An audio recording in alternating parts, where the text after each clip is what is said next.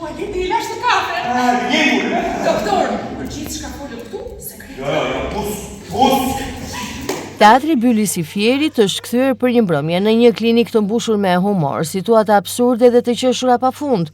Komedia Klinika e Bukurisë me regji të Andja Xhungas, si dhe me një kast aktorësh të njohur si Julian Deda, Rudina Dembecaj, Gent Zenelaj e të tjerë, emocionuan për rreth 1 orë e 30 minuta. Publikun fjerak mes skenave komike që shkaktonin të qeshura të vazhdueshme në sallë. Në qendër të ngjarjes është një kirurg estetik pas shkrupuj, sekretarja e tij mashtruese si dhe një doktor riparimesh, të cilët krijojnë kaos në një klinik ku bukuria premtohet me ulje dhe pa limite. Ndërsa klientët ekscentrik kërkojnë transformime absurde, një gazetare investigative futet fshehurazi për të zbuluar të vërtetën që fshihet pas kësaj klinike estetike. Shfaqja vjen si një fars moderne, plot keqkuptime, skandale dhe situata të çmendura, ku gjithçka del jashtë kontrollit. Përmes humorit, aktorët ironizojnë rastet ekstreme që ndodhin në rëndom në klinika estetike, si dhe ndikimin që kanë në rrjetet sociale në mënyrën si njerëzit perceptojnë të bukurinë.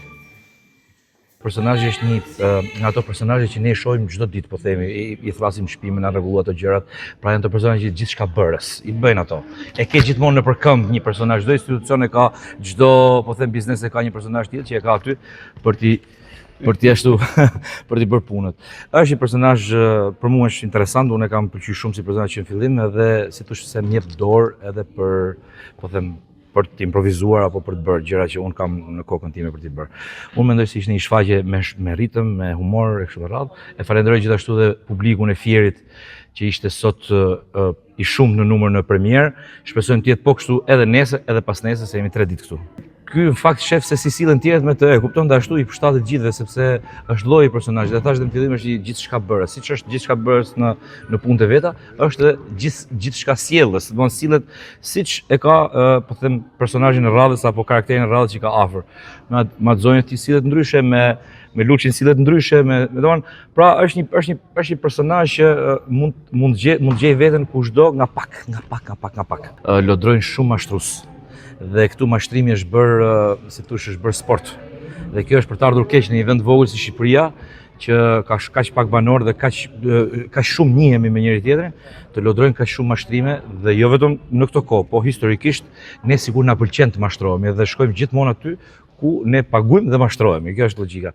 Dhe shpresoj që mesazhi është, mesazhi të jetë i çuar te publiku që të gjithë të hapin syt. Mos i shpenzojnë ato lekë që fitojnë me diesën e ballit, i hedhin kot. Te ca njerëz që mbase janë profesionistë, mbase janë kompetent për gjën e duhur dhe kështu me radhë.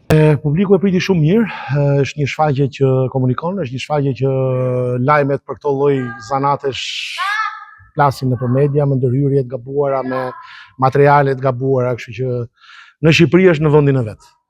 Kjo është një shfaqje që mund të rri kudo, po në Shqipëri sidomos me këto që ne lexojmë lart e poshtë nëpër media, rri shumë mirë. Mesazhi i shfaqjes është ky, domethënë që bukuria natyrore nuk mund të zëvendësohet asnjëherë me asgjë. Njerëzit bëjnë gabime, nganjëherë bëjnë gabime të parikthyer, kështu që duhet shumë kujdes. Është emocion shumë i madh ardhja në Fier, nuk është hera parë që un kam një premierë në Fier dhe kam shumë kënaqësi gjithmonë.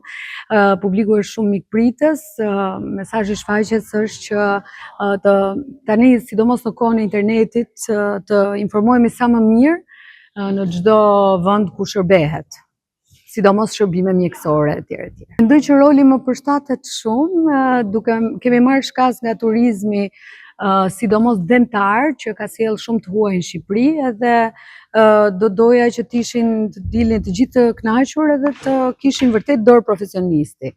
Shfaqja është ironizim i rasteve ekstreme.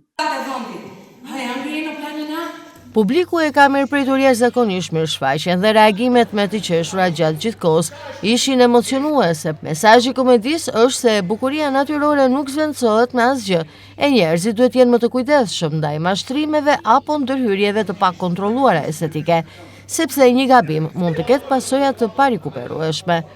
Publiku fierak e ka duar tërkytur gjatë komedinë, ndërsa organizatorët bëjnë me dije se Klinika e Bukurisë do të vijë të shfaqet edhe në ditët në vijim në skenën e Teatrit Bylis për të vazhduar më pas me një tur në disa qytete të vendit.